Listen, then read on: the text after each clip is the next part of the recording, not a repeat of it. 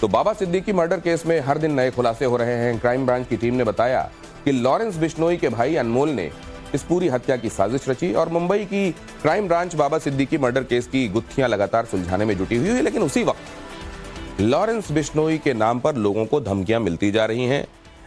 उसके गुर्गों का आतंक पूरे देश में फैलता जा रहा है। पूर्व मंत्री की हत्या के बाद इस बार एक बाहुबली सांसद को जान से मारने की धमकी मिली।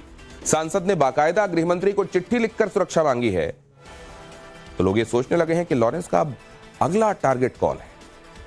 ये बिग एंड बोल्ड रिपोर्ट।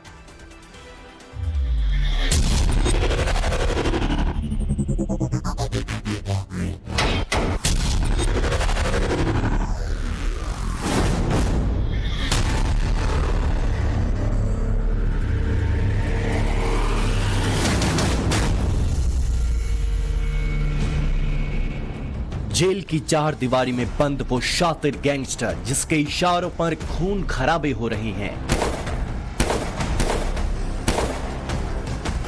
वो कुख्यात अपराधी जिस पर सलाखों के पीछे बैठकर गुनाह करने का इल्जाम है। हत्या, रंगदारी सरीखे 80 से ज्यादा मुकदमों में घिरा वो हिस्ट्री शीटर जिसके क्लियर टारगेट पर बॉलीवुड के दबंग है, जो खुल्लम खुल्ला सलमान खान को धमकी दे रहा है, जिस पर सलमान के सबसे करीबियों में से एक बाबा सिद्दीकी की हत्या करवाने का आरोप है। उसके नए टारगेट के बारे में बेहिसाब चर्चा हो रही है। कौन है गैंगस्टर लॉरेंस बिश्नोई का अगला टारगेट? किस सांसद ने लॉरेंस से जान को खतरा बताया है? सांसद को धमकी देने वाले लॉरेंस के गुर्गे ने क्या कहा? ये हम आपको विस्तार से बताएंगे, मगर उससे पहले जान लीजिए कि जिस बाबा सिद्दीकी की हत्या के बाद लॉरेंस गैंग ट्रेन कर रहा है, पुलिस उसके पीछे पड़ी हुई है। उस मर्डर केस बारे में नया खुलासा किया है मुंबई पुलिस ने। महाराष्ट्र के पूर्व मंत्री और एनसीपी के पूर्व विधायक बाबा सिद्दीकी की हत्या की मामले की जांच मुंबई क्राइम ब्रांच कर रही है। मुंबई क्राइम ब्रांच ने बाबा सिद्दीकी हत्याकांड मामले में चौंकाने वाले खुलासे किए हैं। ये खुलासा हाल ही में लुधियाना से गिरफ्तार आरोपी सुजीत सिंह से पूछताछ के दौरान हुआ है। मुंबई क्राइम ब्रांच का दावा है कि लॉरेंस बिश्नोई के भाई अनमोल बिश्नोई ने सुजीत सिंह से संपर्क साधा था। पड़ताल के दौरान पुलिस को पता चला है कि बाबा सिद्दीकी की हत्या की साजिश लॉरेंस के भाई अनमोल ने रची थी। अनमोल बिश्नोई ने पुर्तगाल से वर्चुअल आईडी के जरिए सुजीत से संपर्क किया, बाबा सिद्दीकी की हत्या की साजिश करवाने के लिए कहा। आरोप है कि इस हत्या के लिए आवश्यक हथियार और फंडिंग अनमोल ने ही उपलब्ध कराए। क्राइम ब्रांच के अनुसार अनमोल बिश्नोई पुर्तगाल से वर्चुअल आईडी +351 का उपयोग कर सुजीत से बातचीत करता था। अनमोल ने सुजीत को दो अन्य सहयोगियों मसलन शुभम लोंकर और जीशान अख्तर के साथ मिलकर हत्या की योजना बनाने को कहा। पुलिस ने बताया कि सुजीत लंबे समय से जीशान अख्तर से संपर्क में था। सुजीत ने अपनी असली पहचान छुपाकर खुद को बब्बू सिंह के नाम से अपने साथियों को परिचित कराया था। सुजीत ने इन सभी को हत्या की साजिश में शामिल किया और सिद्दीकी के घर और ऑफिस की रेकी भी करवाई। और फिर 12 अक्टूबर को दशहरे की रात मुंबई में लॉरेंस के गुर्गों ने बाबा सिद्दीकी की उनके बेटे के दफ्तर के बाहर गोली मारकर हत्या कर दी थी। शुभम लोनकर वही शख्स है जिसने फेसबुक पोस्ट के जरिए कुख्यात गैंगस्टर लॉरेंस बिश्नोई के नाम पर बाबा सिद्दीकी की हत्या की जिम्मेदारी ली थी। अब तक न तो शुभम लोनकर और न ही जीशान अख्तर की गिरफ्तारी हुई है। बाबा सिद्दीकी की हत्या के मामले में दोनों आरोपी अब तक फरार चल रहे हैं। मुंबई क्राइम ब्रांच की टीम इन दोनों की तलाश कर ही रही थी कि अब एक और सांसद को लॉरेंस बिश्नोई के नाम पर जान से मारने की धमकी मिली है। उस सांसद का नाम है राजेश रंजन यानी पप्पू यादव, जो बिहार के पूर्णिया से सांसद हैं। खुद बरसों जेल में रह चुके हैं। बाबा सिद्दीकी की हत्या के बाद सोशल मीडिया पर पप्पू यादव ने 24 घंटे में लॉरेंस बिश्नोई गैंग को खत्म करने की बात कही थी। अब लॉरेंस गैंग के गुर्गे ने फोन कर पप्पू यादव को कुछ यूं धमकी दी है।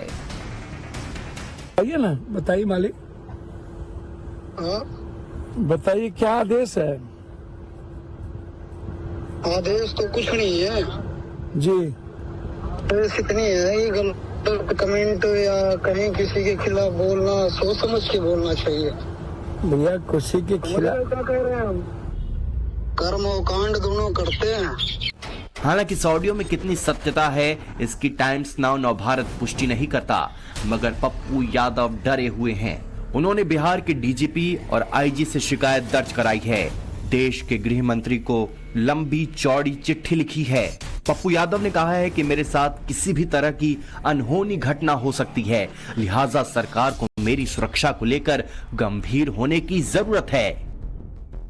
मैंने तो डीजी साहब से कही, मैं आईजी से कहा, मैं सीएम साहब से कई बार मिलने का प्रयास किया, नीतीश बाबू से, मैं उनके चीफ सेक्रेटरी से बातचीत की सुरक्षा को लेकर के, भारत सरकार से, गृह मंत्री जी से भी मैंने बातचीत की।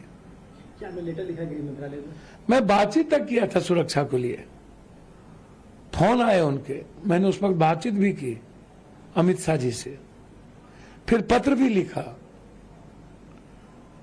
तो सत्ता के साथ आप नहीं हैं तो आप मरिए। पप्पू यादव इसलिए भी सकते में है क्योंकि जिस नंबर से फोन आया है ट्रू कॉलर पर उसका नाम अज्जू लॉरेंस लिखा हुआ है।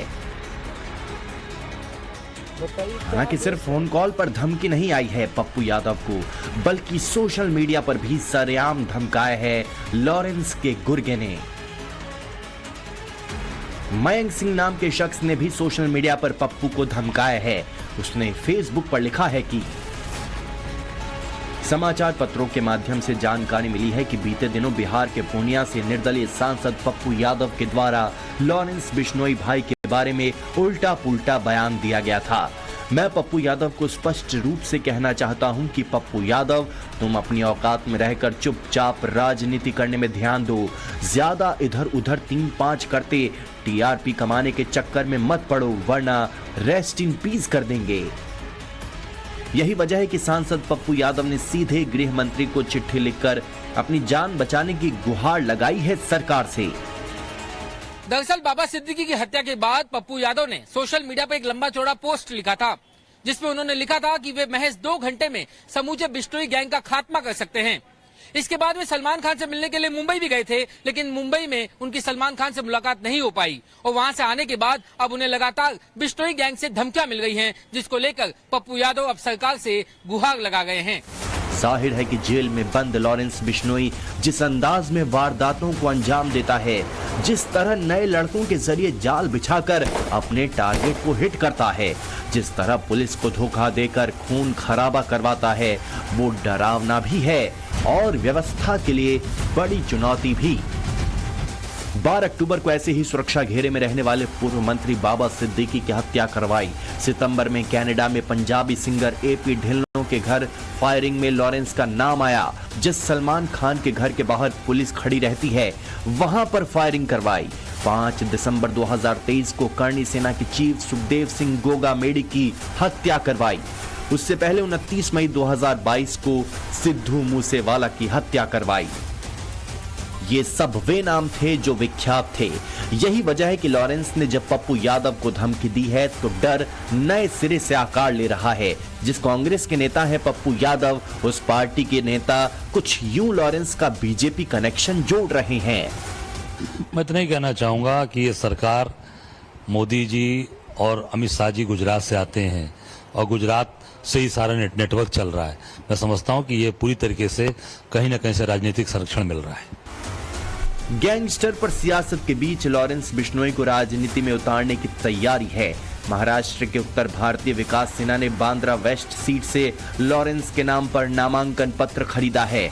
लॉरेंस चुनाव लड़ेगा या नहीं, इस पर उसकी ओर से कोई सफाई नहीं आई है, मगर उत्तर भारतीय विकास सेना नाम की जो पार्टी लॉरेंस को नेता बनाना चाहती है, उसके अध्यक्ष को जान से मारने की धमकी मिली है कनाडा से। लॉरेंस बिश्नोई को उत्तर भारतीय विकास सेना टिकट दे रही है और मैं पंडित सुनील शुक्ला इसका ऐलान कर चुका हूं और साबरमती जेल में हमने ये फॉर्म भी भेजा है। ये देखिए कनाडा से कैसा धमकी आ रहा है कि हमको ये ठोक देंगे, हमको मार देंगे, हमारे सभी कार्यकर्ता पदाधिकारी को मार देंगे। लॉरेंस का चुनाव लड़ना ठीक वैसा ही है जैसे वो गैंगस्टर खुद को राष्ट्रवादी बताता है, जैसे वो खुद को भगत सिंह का भक्त कहता है, जैसे वो खुद को बिश्नोई समाज का सिरमौर बताता है, उसी बिश्नोई समाज का जो हिरण को पवित्र मानता है।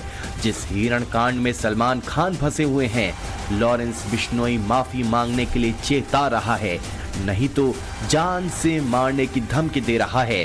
अब जब बाबा सिद्दीकी के बाद सलमान का तनाव बढ़ा हुआ है, तब राकेश टिकैत जैसी शख्सियत ने दबंग खान से कुछ यूं अपील की है। एक बड़ा समाज है बिश्नोई समाज, वो पर्यावरण और जीव की रक्षा करता है। उनका एक विवाद चल रहा, विवाद में ये है कि भाई जिसके खिलाफ वो हिरण मारने का केस है, उन्हें कहा कि हमारे समाज से हमारे मंदिर में कहीं पे भी जाके और सॉरी फील कर ले।